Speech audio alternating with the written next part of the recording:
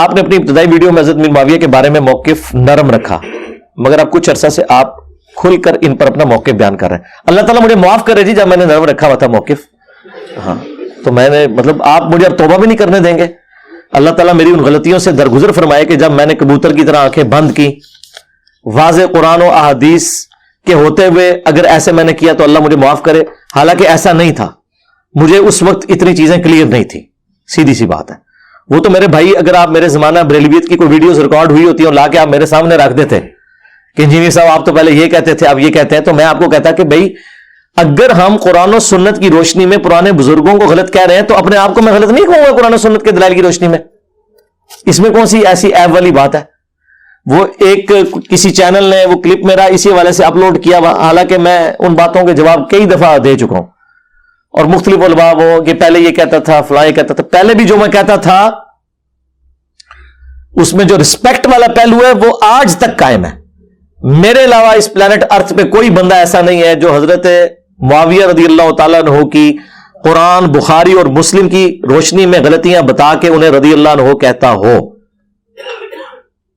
اور غلطیاں بتاتا ہو. لوگ تو کہتے ہیں غلطیوں پہ پردہ ڈالو، یا دوسری طرف وہ ایکسٹریم پہ روافظ ہیں جو ان کی صحابیت کی بھی نفی کرتے ہیں، ان کو منافق بھی کہتے ہیں نعوذ باللہ. ہم نے یہ نہیں کیا، ہم نے کبھی بھی حق کا راستہ نہیں چھوڑا. بالکل جو بات جس طرح یہ منو ان بیان کی ہے، وہ تو میں نے آپ کو بتایا کہ یہ فتنہ کھڑا کیا تھا ڈاکٹر ذاکر نائک نے 2009 کے اندر، جب انہوں نے یزید کو رضی اللہ تعالیٰ عنہ کہا اور وہ فتنہ پھیلا. As far as your understanding about the wall of Karbala, you said that Yazid, may Allah be pleased with him, Yazid, may Allah be pleased with him, Yazid, may Allah be pleased with him, that he was ferocious and he was a villain, etc. There's difference of opinion. We're not here to discuss about history, and neither do I want to get a difference in the Muslim Ummah. What we say, there's a difference of opinion between the Sahabas. That's history. جب doctor Zakir Naik کسی topic پہ بات کریں تو وہ کروڑوں مسلمانوں تک پہنچ گئی نا.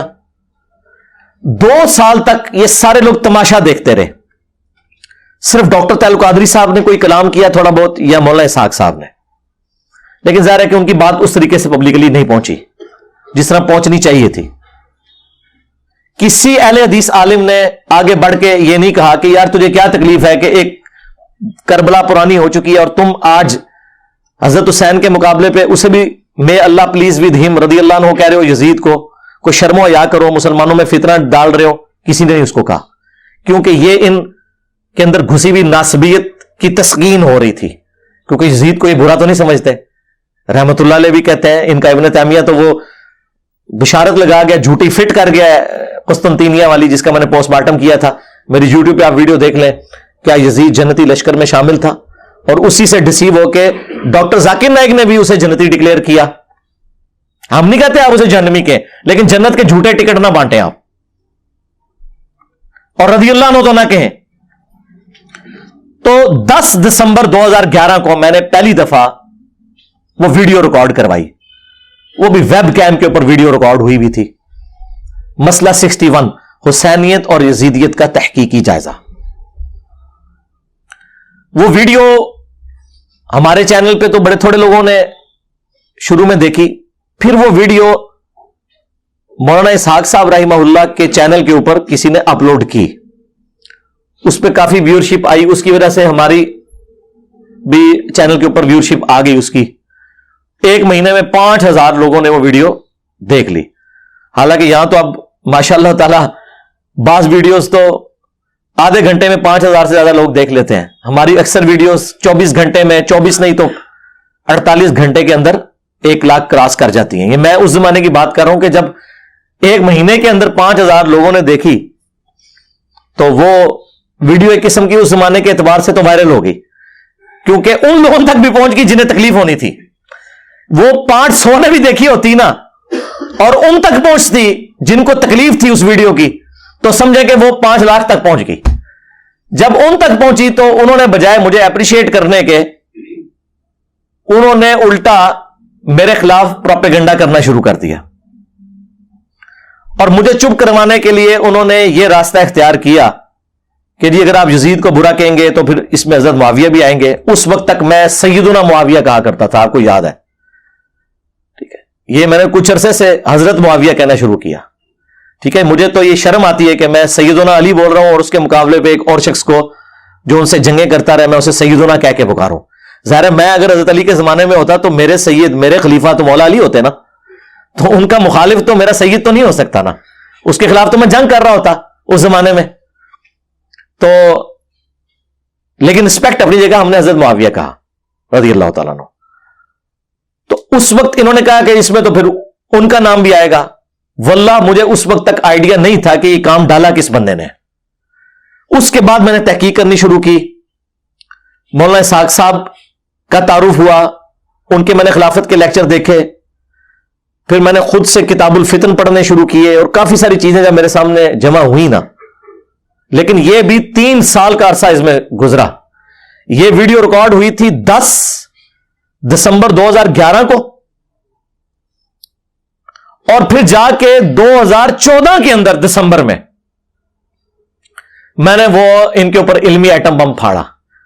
وہ جو اہل حدیث کی مسجد میں میرا لیکچر ریکارڈ ہوا, مسئلہ نمبر 101, صحیح مسئلہ خروج اور فکر حسین حق پرستی کی علامت ہے.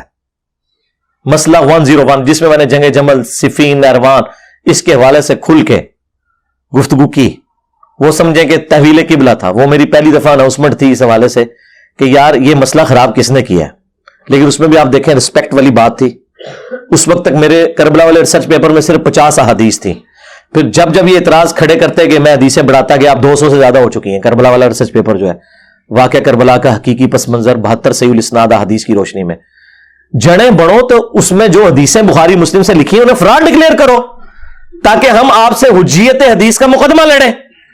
یہ کیا بات ہوئی کہ یہ رافضیوں والی باتیں کر رہا ہے؟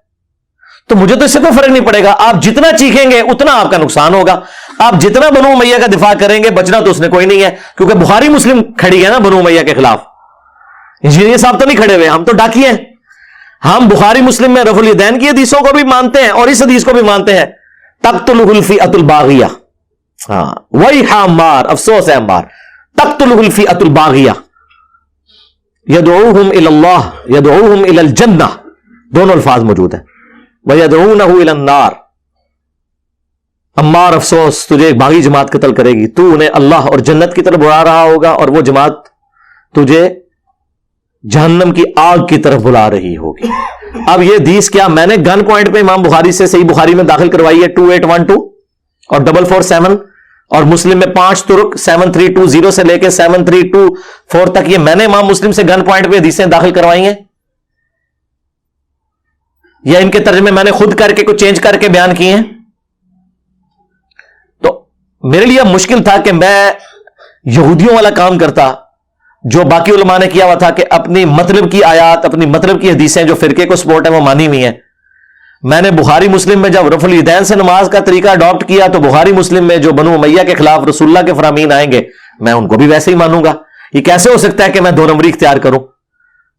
تو آپ جو چیزیں میں ہائی لائٹ کر رہا ہوں ان کا جواب دیں, اور آپ کی چیخو پکار, آپ کا رونا پیٹنا اس بات کی گواہی ہے کہ آپ کے پاس کسی بات کا جواب نہیں ہے. تو یہ پروپیگنڈا کرنے سے مجھے کوئی نقصان نہیں ہونا. میں نے اس لیے کہا تو آڈی منجی ٹھک گئی, جے چاندے ہو رہا کہ کوئی 25-30 سال کٹ جاؤ تو خاموشی اختیار کرو. چیخو گے تو میں تو وہ نہیں ہوں کہ غامدی صاحب کی طرح جا کے امریکہ میں بیٹھ جاؤں گا. ہاں میں ٹھوک دینا منجی, جیڑی کل میں ٹھوکڑی میں آج ٹھوکاں گا, جتنی بار بولو کہ میں اتنی بار ٹھوکاں گا. اب دیکھیں نا کس طرح انہوں نے اپنی منجیاں ٹھکوائی ہیں. نہ وہ لال رومال والا مجھے گالیاں نکالتا قرآن و سنت بیان کرنے کے اوپر, تو نہ وہابی ایکسپوز ہوتے.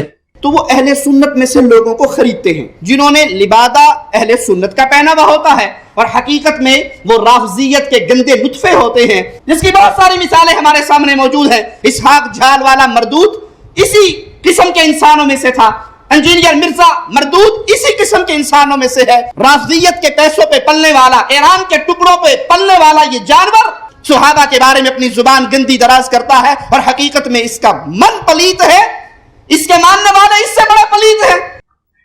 10 سال میں نے صبر کیا, میں نے اہل حدیث کو کبھی وہابی نہیں بولا تھا, اور ہمیشہ یہ کہا کہ قرآن و سنت کے سب سے زیادہ قریب ہے. آج بھی میں کہتا ہوں من 100% ٹھیک ہے اگر اس پہ عمل کریں. جس طرح میں کہتا ہوں کہ یہودیوں اور مسلمانوں کا اگر کمپیریزن کروایا جائے تو مسلمان حق میں ہیں, لیکن اس کا یہ مطلب نہیں کہ مسلمان شرابی ہے، چور ہے، تو یہ شراب پینا، چوری کرنا، زنا کرنا حلال ہو جائے گا۔ مسلمان حق پہ ہے اگر اسلام کے مطابق چلے۔ اہل حدیث بھی حق پہ تب ہوں گے جب احادیث کے مطابق چلیں۔ اگر وہ کہیں گے ہم نے اپنی مطلب کی حدیثیں ماننی ہے، دوسری بخاری مسلم میں بھی ہوں، تو ہم نے کبوتر کی طرح آنکھیں بند کرنی ہے، تو اس طریقے سے تو کام نہیں چلے گا۔ تو میں جو کچھ پہلے کہتا رہا اس سے کوئی نفی نہیں کی، صرف ایک چیز میں نے اس وقت بیان کی تھی کہ ہم اس طرح کی ڈسکشن کو نہیں کرتے، اور وہ اس وجہ سے کی کہ ہمیں انہوں نے یہ پڑھایا تھا۔ جب بعد میں نے پڑھا کہ یہ جو لوگ ڈسکشن سے منع کرتے ہیں یہ تو خود اعلان کر رہے ہیں کہ چور کی داڑھی میں تنکا۔ یہ تو حنفی بھی کہہ رہے ہیں کہ یہاں پہ چونکہ حنفیوں کی اکثریت ہے لہذا رفع الیدین والی حدیثیں بخاری مسلم کی بیان نہیں کرنی چاہیے، اس سے فتنہ کھڑا ہوتا ہے۔ اونچی آمین کی حدیثیں نہ بیان کریں، فتنہ کھڑا ہوتا ہے۔ اور بریلوی کہتے ہیں کہ جی قل انما انا بشر مثلکم نہ پڑھیں، نبی الاسلام کی تنقیص کا پہلو اس سے نکلتا ہے، فتنہ کھڑا ہوگا۔ تو ان ساری باتوں کے جواب میں ہم کیا کہتے ہیں؟ رکو ذرا، صبر کرو، ہم یہ پڑھیں گے بھی اور تمہیں صحیح فہم بھی سمجھائیں گے ان احادیث کا، ان آیات کا۔ کیا ہم اس سے آنکھیں بند کر لیتے ہیں؟ اہل حدیث کو کیوں غصہ آتا ہے جب بریلوی کہتے ہیں کہ جی تمہیں کوئی آیت نہیں لبھی قرآن چو، ہر ممبر تے قل انما انا بشر مثلکم، تسی پڑھو وما ارسلناک الا رحمت للعالمین، آپ پڑھیں من یطع الرسول فقد اطاع اللہ، آپ پڑھیں قل ان کنتم تحبون اللہ فاتبعونی یحببکم اللہ، انا ارسلناک شاہدا ومبشرا ونذیرا، ان اللہ وملائکتہ یصلون علی النبی اللہم صلی علی محمد وعلی آل محمد۔ جب وہ کہتے ہیں کہ یہ تم لوگ یہ آیتیں کیوں پڑھنے پہ زور نہیں دیتے اور صرف یہی پڑھتے ہو، تو ہم کیا انہیں کہتے ہیں؟ یہ اہل حدیث کیا کہہ رہے ہوتے ہیں اس وقت کہ نہیں جی عقیدے کی بات ہے۔ سرکار یہ عقیدہ نہیں ہے جہاں پہ جنت اور جہنم کا فیصلہ ہو رہا ہے، اور دوسری طرف یہی آپ کو کہتے ہیں وہ جی مولا علی کا قول ہے، مرفوع سند بھی ہے اس کی مشکات کے اندر مسند احمد کے حوالے سے، طبرانی کے حوالے سے، اور موقوفاً روایت فضائل صحابہ احمد بن حنبل کی کتاب میں، اور یقیناً یہ غیبی خبر رسول اللہ کے بتانے پہ ہے، نبی الاسلام کے الفاظ سے بھی ہے، اس کی سند کمزور ہے، لیکن جو مولا علی سے ہے وہ سند بالکل ٹھیک ہے۔ نبی الاسلام نے مولا علی سے فرمایا کہ تیری مثال میری امت میں عیسیٰ ابن مریم کی سی ہے۔ ہاں، یہودی ان کا انکار کر کے گمراہ ہوئے اور عیسائی ان کی شان میں غلو کر کے، اور پھر مولا علی کا قول اس کے ساتھ سپورٹیو جو نبی الاسلام کے بتانے پہ موقوف ہے کہ میری وجہ سے دو فرقے جہنم میں جائیں گے، دو گمراہ ہوں گے، ایک میری محبت میں غلو کر کے، ایک میری دشمنی میں۔ وجہ سے مراد یہ نہیں کہ میں قصوروار ہوں، حضرت عیسیٰ تو قصوروار نہیں ہے یہودوں نے سارا کی گمراہی کا، مراد یہ کہ مجھے بیس بنایا جائے گا۔ اور یقیناً اس امت میں مولا علی کی ہی پرسنالٹی اتنی بڑی تھی کہ ان کی بنیاد پہ یہ کام ہوتا۔ جس طرح میں کہتا ہوں عیسیٰ ابن مریم ڈیزرو کرتے تھے کہ اگر گمراہی کسی کے نام پہ کھڑی کی جاتی تو اتنا بڑا بندہ چاہیے تھا ہمیں کہ جو مردوں کو زندہ کر دے، تو اسی کو خدا کا بیٹا کہا جا سکتا ہے نا۔ عقلاً دیکھیں، اگر گمراہی اپنی جگہ، لیکن لاجک انہوں نے اپنی جگہ جو بنائی ہے، کوئی بنیاد تو صحیح بنائی ہوئی ہے نا۔ مٹی کی مورت میں پھونک مارے اور اللہ کے اذن سے وہ پرندہ بن جائے، جس کو اتنا بڑا معجزہ ملے وہی اس چیز کا حقدار تھا کہ اسی کے نام کو یوز کر کے اللہ کا بیٹا ڈکلیئر کیا جاتا۔ اگرچہ یہ گمراہی ہے، لیکن میں بنیاد آپ کو بتا رہا ہوں کہ بنیاد جو انہوں نے قائم کی ہے ان کے بڑا ہونے کی وجہ سے۔ تو اس امت میں واقعی مولا علی ہی اتنی بڑی پرسنالٹی تھے کہ ان کے نام کے اوپر یہ سب کچھ کھڑا ہوتا، کیونکہ المستدرک للحاکم میں امام حاکم نے احمد بن حنبل کا قول نقل کیا کہ ہم تک جتنی احادیث پہنچی ہیں ذخیرہ احادیث میں، کسی اور صحابی کی شان میں اتنی احادیث نہیں ہے جتنی کہ مولا علی کی شان میں۔ سب سے پہلے مسلمان کون؟ مولا علی، ترمذی میں، مسند احمد میں، سنن سعید کبریٰ کے اندر موجود۔ سب سے پہلے حضور کے ساتھ نماز کس نے پڑھی؟ مولا علی علیہ السلام نے۔ نبی علیہ السلام کی نسل کن سے چلی؟ مولا علی سے۔ کس کو حضور نے کہا من کنت مولا فہذا علی مولا؟ مولا علی۔ علی سے محبت نہیں رکھے گا مگر مؤمن، علی سے بغض نہیں رکھے گا مگر منافق، بائی نیم مینشن کیا۔ اور پھر المستدرک للحاکم میں حدیث کوئی شخص پوری زندگی روزے رکھے اور مقام ابراہیم اور حجر اسود کے درمیان نمازیں بھی پڑھتا رہے، اگر ہم اہل بیت کا بغض اس کے دل میں ہوگا تو ضرور جہنم میں داخل ہوگا۔ اب یہ اتنی زیادہ احادیث کی موجودگی میں اہل بیت کی محبت یا ان سے بغض کی وجہ سے ہماری جنت اور جہنم کا فیصلہ ہو رہا ہو، تو آپ کیا سمجھتے ہیں یہ ہلکا کو چھوڑنے والی بات ہے؟ جبکہ امت نے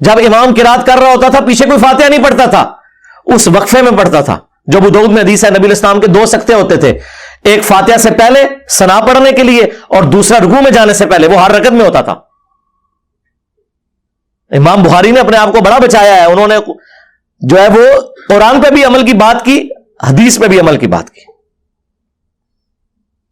لیکن یہاں پہ اہل حدیث کہتے ہیں نہیں, امام پڑھ بھی رہا تب بھی دب کے رکھو. اور میں نے بھی یہی کہا تھا 2014 تک, میں یہ کہتا رہا ہوں, ایون 2014 چھوڑ دیں 2017 تک یہی کہتا رہا ہوں. پھر میری وہ نیو فاتح خلف الامام والی ویڈیو ریکارڈ ہوئی جس میں میں نے کہا یہ غلو پہ مبنی ہے.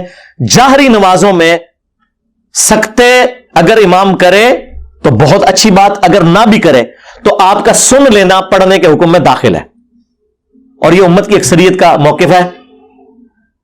امام حنیفہ تو خیر سائڈ پہ ہے, وہ تو یعنی اس میں کور ہو ہی جائیں گے. امام بن حنبل, امام شافعی, امام مالک, خصوصاً امام مالک, اور خود اہل حدیث کے یہاں بڑی پرسنالٹی ابن تیمیہ, ان کا یہ موقف ہے. اور میں نے پورا وہ پھر ڈاکٹر کلیئر کیا. میں نے امام بخاری سے اختلاف کیا اس مسئلے میں, رسپیکٹ اپنی جگہ. تو وقت کے ساتھ چیزیں جب کلیئر ہوتی ہیں تو انسان ایک سٹیپ طے کرتا ہے کہ ہاں یار اس معاملے میں کتنا عرصہ یہ کہتا رہا کہ مٹھی کے بعد داڑھی رکھنا افضل ہے. میری مٹھی سے زیادہ ہے, میں نے کبھی کاٹی نہیں ہے, ضرورت ہی نہیں پڑی, نیچرلی اتنی ہے, سچی داڑھی ہے. لیکن پھر میں نے جب داڑھی کے اوپر دقت نظر سے دیکھا تو پھر میں نے رجوع ریکارڈ کرایا کہ نہیں, جو مٹھی اس نیت سے رکھتا ہے کہ حضور کی نیچرل مٹھی تھی اور بڑی نہیں, نہر تک تھی. اس پہ ویڈیو میری مسئلہ 33 ریکارڈڈ ہے. اب پچھلے دنوں بھی ایک سیشن میں تفصیلی ریکارڈنگ ہے, وہ کچھ عرصے میں آ جائے گی. اس کے لیے افضل ہے مٹھی کے بعد کاٹنا, کیونکہ تینوں صحابہ جو راویان احادیث ہیں داڑھی بڑھانے والی, حضرت ابو ہریرہ, ابن عباس اور ابن عمر, تینوں مٹھی کے بعد داڑھی کاٹتے تھے. تو میں نے کہا کہ اس کے لیے وہ افضل ہے کہ وہ کاٹ دے. اور جو یہ سمجھتا ہے کہ حضور کی نیچرل اتنی تھی, میری بھی نیچرل جتنی ہوئی میں نیچرل رکھوں گا, ویسے رکھے. عثمان بھائی کی مٹھی سے کتنی بڑی ہے, میں نے کبھی ان کو کہا کہ کاٹو, میں نے خود نہیں کبھی کاٹی ہے. دیکھیں میری تو ان ایون کئی بال بڑے ہوئے ہیں, کبھی نہیں کاٹے کہ یار برابر کر لیں. لیکن میں نے موقف ریکارڈ کرایا کہ نہیں یار یہ مٹھی کے بعد رکھنا کوئی افضل نہیں ہے. جو رکھنا چاہتا ہے اس کے لیے وہ افضل ہے, جو حضور کے برابر رکھنا چاہتا ہے, ان سے نہیں بڑھنے دینا چاہتا, اس کے لیے وہ افضل ہے. تو سٹیپ وائز میں نے چیزوں کو لرن کیا کہ ہاں یار اس میں مزید. دیکھیں میں پہلے آپ کو مزاروں پہ جانے سے روکتا تھا, قبروں پہ نہیں, مزاروں پہ.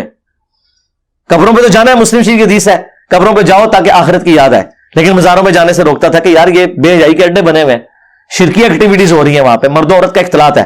لیکن اب میں نے آپ کو اجازت دی ہے کہ مرد و عورت کے اختلاط سے بچتے ہوئے کھڑے ہو کے بلند آواز سے کہیں کہ اے اللہ, اس بزرگ نے اپنی زندگی میں جتنے گناہ چھپ چھپ کے کیے لوگوں سے اپنی بزرگی قائم رکھنے کے لیے, جان بوجھ کے کیے یا انجانے میں کیے, کچھ نہ کچھ تو ہوا ہوگا نا جی. جب کہتے ہیں بزرگ نے توبہ کر لی تو پہلے کیا کرتا رہا ہو. ہاں کہتے ہیں نا بازید بستامی جو ان کے دادا آتش پرست تھے اور بعد مسلمان ہوئے, پہلے تو آتش پرست احسن نا, پہلے تو کم پایا نا, بعد بھی پایا ہے, لیکن وہ چھوڑ دو, اسی ہوتے اختلاف چھوڑ دو, ایک لادہ پاس. تو اے اللہ ان کے چھوٹے بڑے جو چھپ کے کیے, جو ظاہر کیے, وہ گناہ معاف کر دے. اے اللہ ان کی قبر میں کیڑے نہ پڑے, اے اللہ ان پہ گنجا سام مسلط نہ ہو. تو یہ بلند آواز سے وہاں دعائیں کریں اور جائیں جس مزار پہ آپ نے جانا. دیکھیں میں نے رجوع ریکارڈ کروایا نا, تو میرا رائٹ ہے, ٹھیک ہے. اس اعتبار سے جہاں جہاں کوئی چیز کلیئر ہوتی ہے میں مزید ایک سٹیپ, ایون جہاں غلطی ہوئی ہے وہ بھی میں نے ہائی لائٹ کی کہ مجھ سے بعض اوقات یعنی اگنورینس میں نے وہ چپل الٹی کرنے والے مسئلے میں الیاس قادری صاحب کے اوپر ٹونٹ کیا تھا. وہ ویڈیو 4 لاکھ لوگ دیکھ گئے. مجھے بعد میں بتایا کہ انہوں نے تو اس کے الٹ بات کی ہوئی ہے, انہوں نے تو وہی بات کی جو آپ نے کی ہوئی ہے. وہ مجھے کسی بھائی نے کہا کہ میں نے کلپ دیکھا, اس کے بعد میری توبہ, میں جب تک کلپ خود نہ دیکھوں نا میں تو کسی کے بارے میں کوئی رائے قائم ہی نہیں کرتا. میں نے اس کے اوپر رجوع ریکارڈ کروایا. پچھلے دنوں بھی میں وہ ایک ضمناً ایک پرچی پڑھ رہا تھا, وہ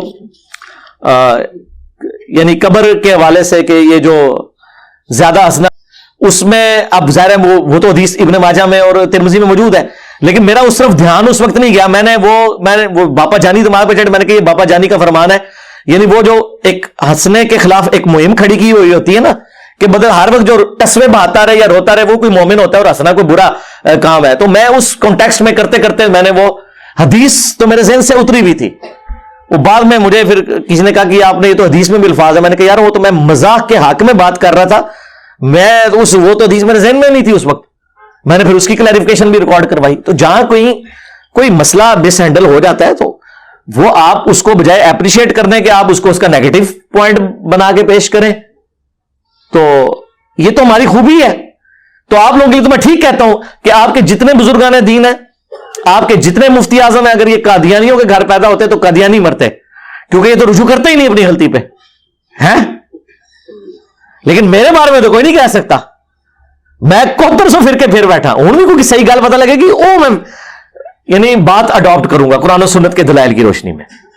تو وقت کے ساتھ انسان کو جب کوئی چیز کلیئر ہو تو اسے فوراً مان لینا چاہیے. جب مجھے پتا چلا کہ یار یہ امت کے ساتھ بہت بڑا دھوکہ ہوا ہے, اور یہ مولا مودودی نے خلافت و ملوکیت لکھ کے جو امت پہ احسان, اور یہ خلافت و ملوکیت تو میں نے اپنے لیکچر کے بعد پڑھی ہے, 2012 میں جا کے میں نے یہ پڑھی تھی.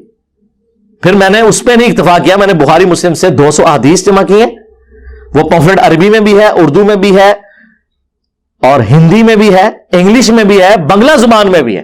ہماری ویب سائٹ سے آپ ڈاؤن لوڈ کریں اور بتائیں کہ یہ جو باقی چیزیں چھوڑ دیں جو ادر دین بخاری مسلم ہے, اس میں تو آپ لچ تلیں گے کہ ہمارے نزدیک صحیح نہیں ہے, حالانکہ آپ کے ابے اسے صحیح کہہ کے گئے ہوں گے. شیخ البانی بھی, شیخ زبیلی زئی بھی, امام حاکم بھی, امام زاہبی بھی, آپ کو وہ کوئی نظر نہیں آئے گا. صرف آپ اپنے ماموں کو بچانے کی خاطر ہر حدیث کو آپ کاٹتے چلے جائیں گے. بخاری مسلم کا کیا کرو گے؟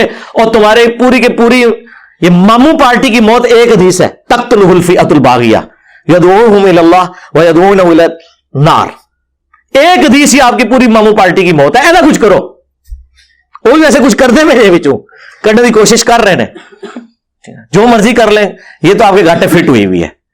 تو اب بھی کوئی صحیح بات پتہ چلے گی انشاءاللہ میں اس کے اوپر نیکسٹ ورژن اڈاپٹ کروں گا انشاءاللہ. یہ تقاضا ہے ایک مومن کا. صلو علی محمد وعلی محمد, اللہم صلی علی محمد وعلی آل محمد واصحاب محمد وازواج محمد اجمعین الی یوم الدین.